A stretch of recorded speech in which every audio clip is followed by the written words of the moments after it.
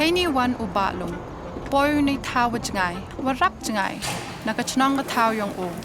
Jo wiar jing mot jiperkado, hei por walai lutiu hakini ki office sarkar. Ten kwa o, ukuli jing tip na kibru. Tangwa manharo o ubru warap saram. Kat da poi smadu, jo maduru, daw dap maai ikam yung o, to man da dep kam smadu, daw hap chembasu yo ulai liwan chichnang.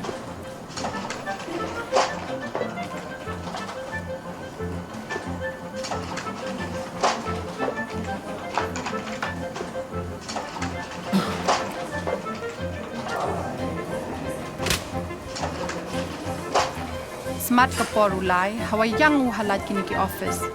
Tangwa, ka kam yung o ne bet ki hajo. Ki snam dalai, ki ayam o dagala. Ikre yung o wan, ne ki hajo. Uba lung da kodo, da nyao. Da sngaw kot piu yang.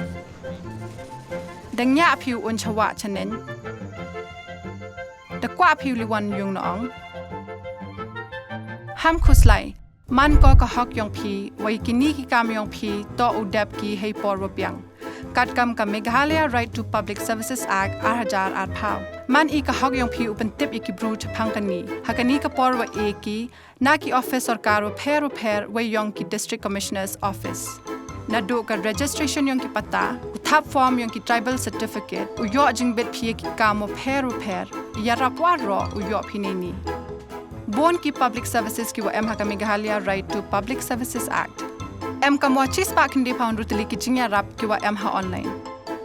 Ye pi apply ki ki services, we ye pi check ki application status haka web portal yongka MSPSDC. Lada artatin pi apply online, ye pi pan jingya rap na ki bru hachnang, ne lai ki Common Service Center. Ye pi yo jing tip ka list yong ki CSC haka website. Lada slam ne chakan tat ki jing karpat, ye piu lai ki wa he ni ka commission u yo jing ya rap